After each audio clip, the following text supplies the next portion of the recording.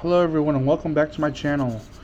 Today we are continuing to play RealMyst Masterpiece Edition on the Nintendo Switch. And last episode we took a look around the island. Couldn't really do anything. So this episode we are going to be reading these books in search of clues. These are the only books left in the library that aren't burned, that weren't burned by either Cirrus in the Red Book or Akinar in the Blue Book. So Atris must have put these back sometime after the books were burned. But let's just start with this one. The Channelwood, Age of Mist.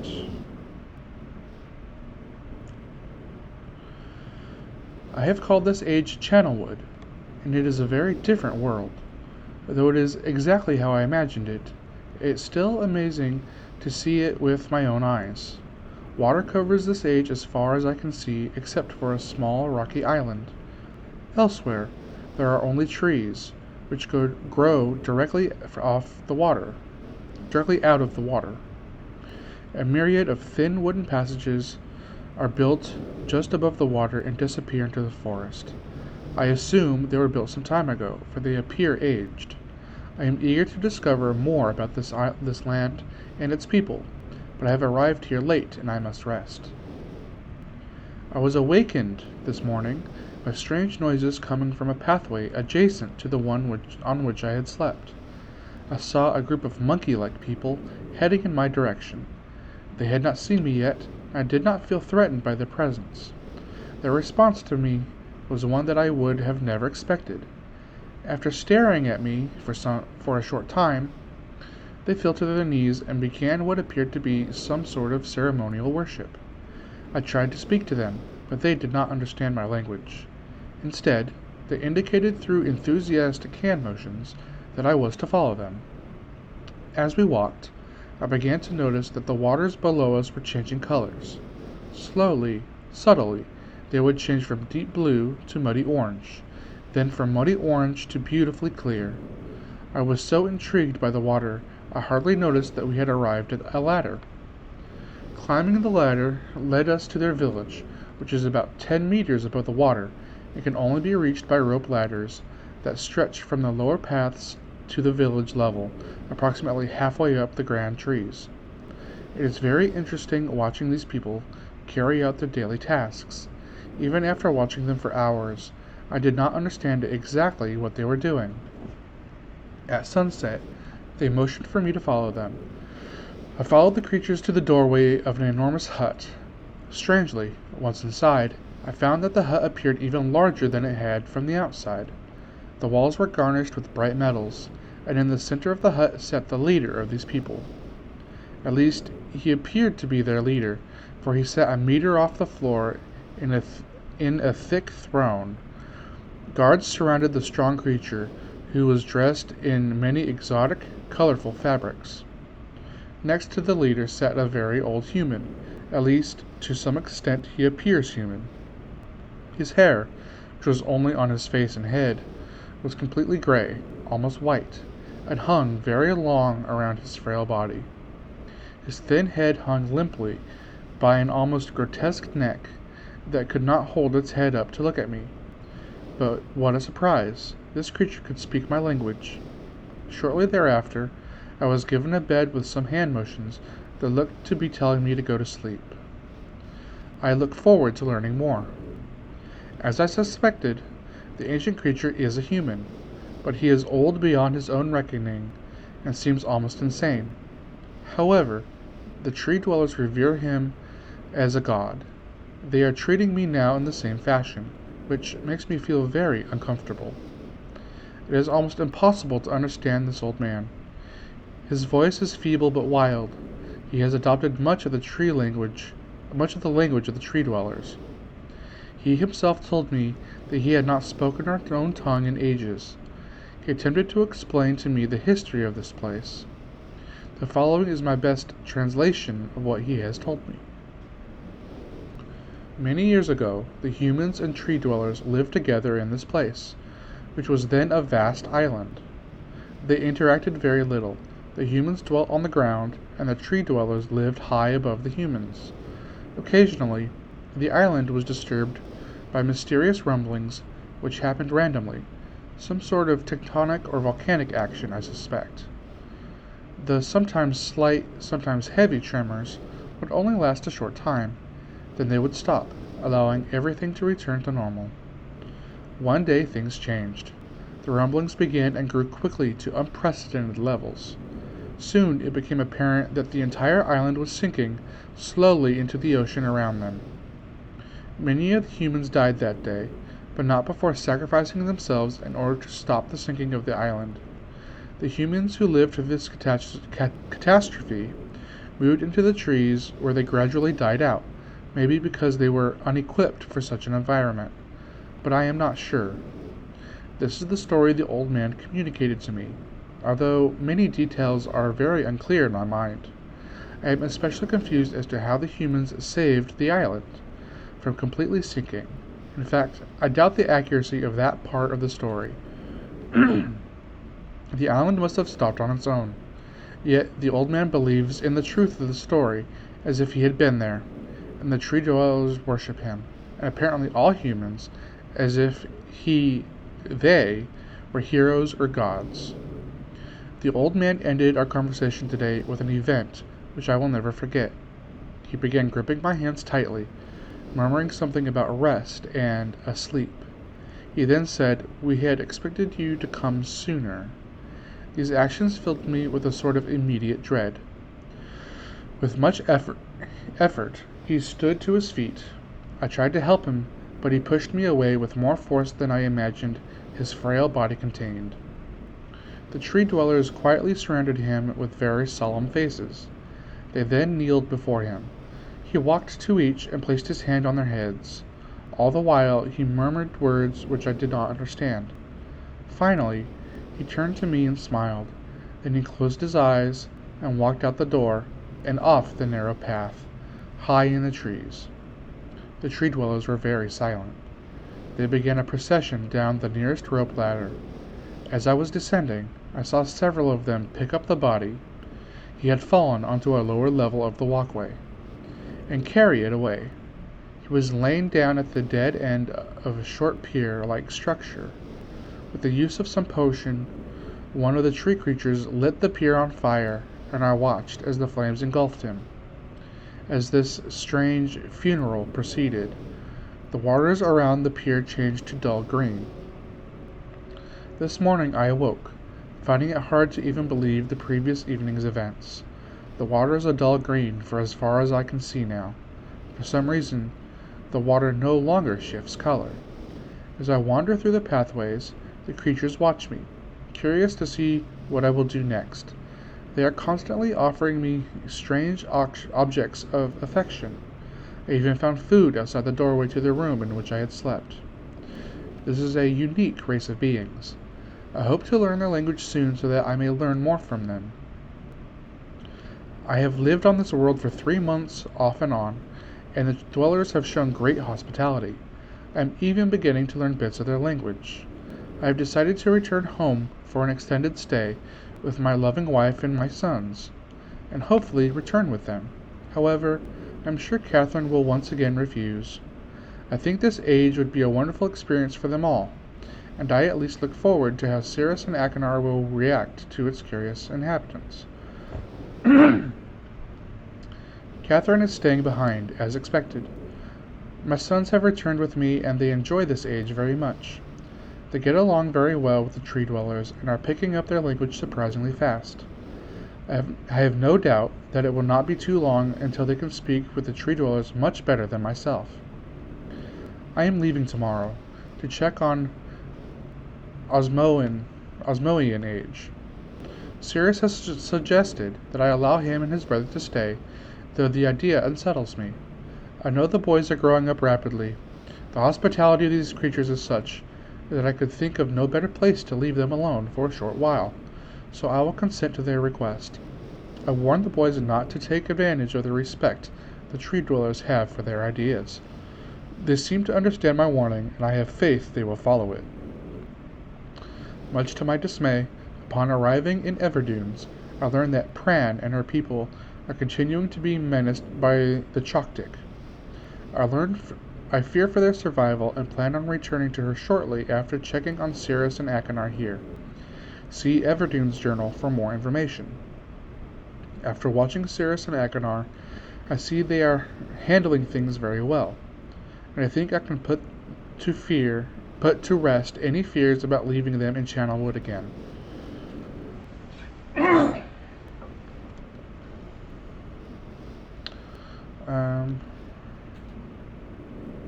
Wait. Oh, it's gone backward.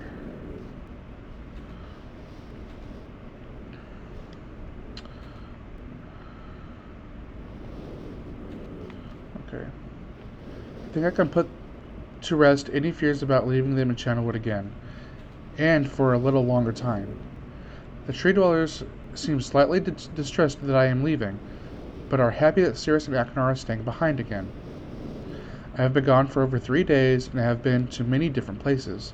I had to tell Cirrus and Achenar about Pran's death today, and they were visibly shaken, although they only remembered her from their childhood. Catherine has suggested that it would be wise for Cirrus and Achenar to leave Channelwood for a time, and I have to agree. They will be returning with me when I leave again. I have told my sons that they will be returning with me in 2 days. They spent the entire night telling me of an adventure they experienced in my absence, and it was rather remarkable. It seems they constructed a boat with the creatures and traveled some ways out into the surrounding waters. I enjoy hearing them talk excitedly of their adventures, and am reminded of my own adventures as a child. I finally understand why the tree dwellers have been giving me their many inks, and insisting I write with them. Looking through some of my past entries, I see now that the inks have changed from the black I thought they were, to various different colors. I have shown some of the creatures my journal, and they laughed and howled. I did not know they had such a sense of humor. Even now, as I look through this very colorful journal, I cannot help but laugh myself. We will be returning tomorrow, so my sons are with the creatures for the last night here. They have told me they would like to come to Channelwood again, and also asked if they can visit some other ages alone. Though I will have to think over their request, I believe they have proven to me they are trustworthy and responsible. Catherine will also have to help me decide whether they are ready for travel alone. For now, I must give my farewells to the creatures, for I do not know how long it will be until I visit this age again. Okay. So this looks like a map of the village, at least of the walkways. And I don't know what this is. It's the end of the book.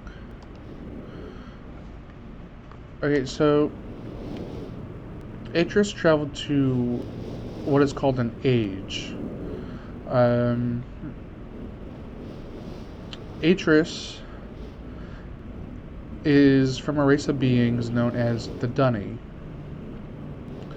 and they mastered the ability to write books, and these books were created through a special process that allowed them to travel to the places that were described in the book. They were called linking books. That was the book that brought us here to this age, was a linking book. This book is a journal that describes an age, but doesn't link to it. So we probably need to find a way to travel to Channelwood. And I suspect it has something to do with the tree. That one right there. but I don't know yet. Although, if that's where a linking book is, then it said the tower rotation will show the way. So, you know what, let's, so that's the tree, so let's point the tower at the tree.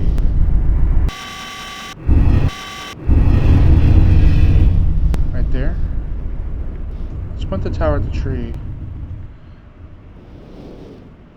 and see what happens. Yeah, I can see the slit.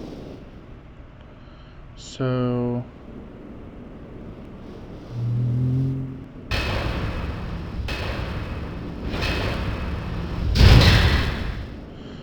let's see what happens when we go up the tower now.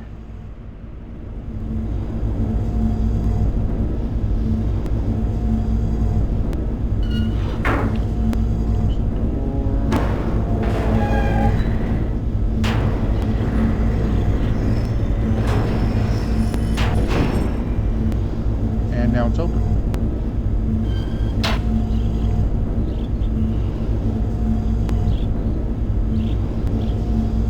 Okay, yeah, I think the book is hidden.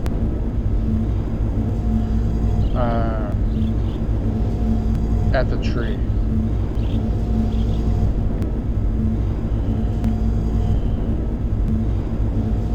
So if that's open, let's see what this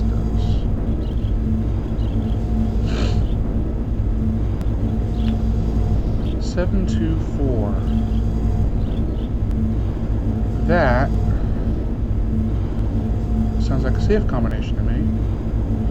And there was a safe in the hut next to the tree. So let's try and open the safe. Let's see if we can get ourselves to Channelwood.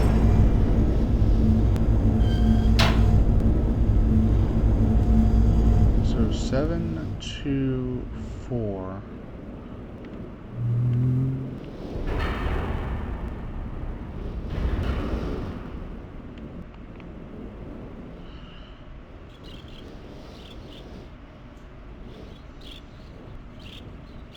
Also, we need to figure out a way to get over there. Let's see. 7, 2, 4. And there we go. Missed matches.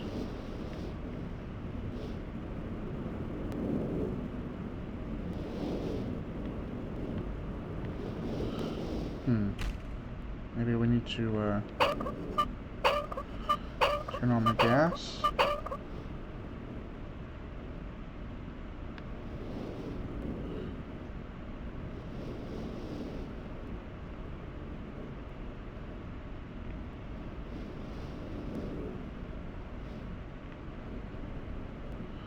Can I strike it?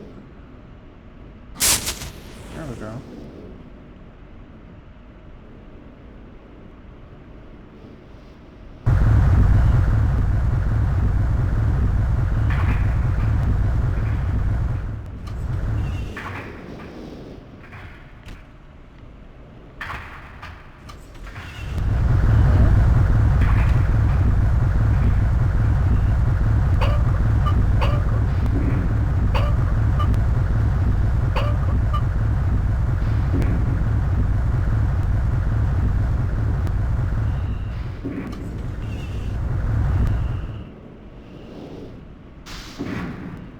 Oh, hello.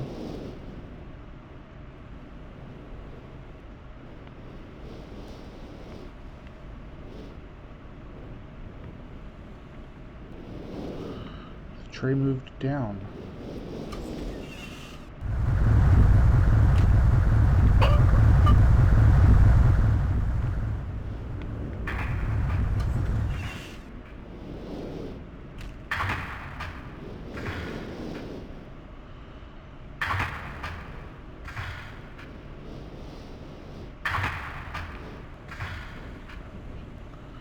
Okay.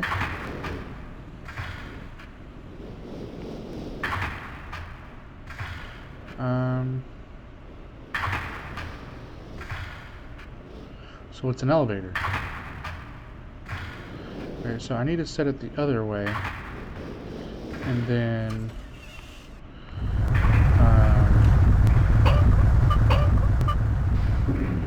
and then go get in it.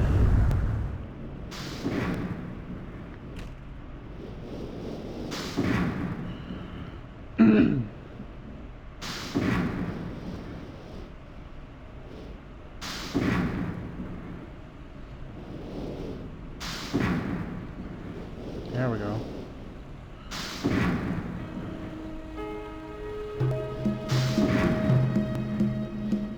Aha.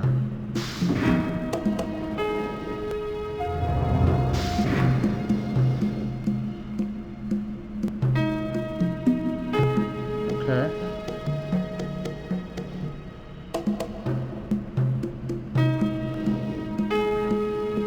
And we found ourselves a linking book.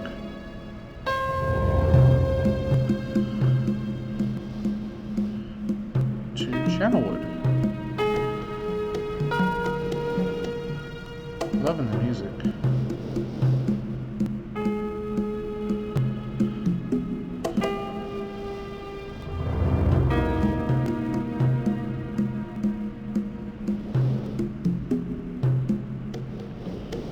Okay. Let's go to Channelwood.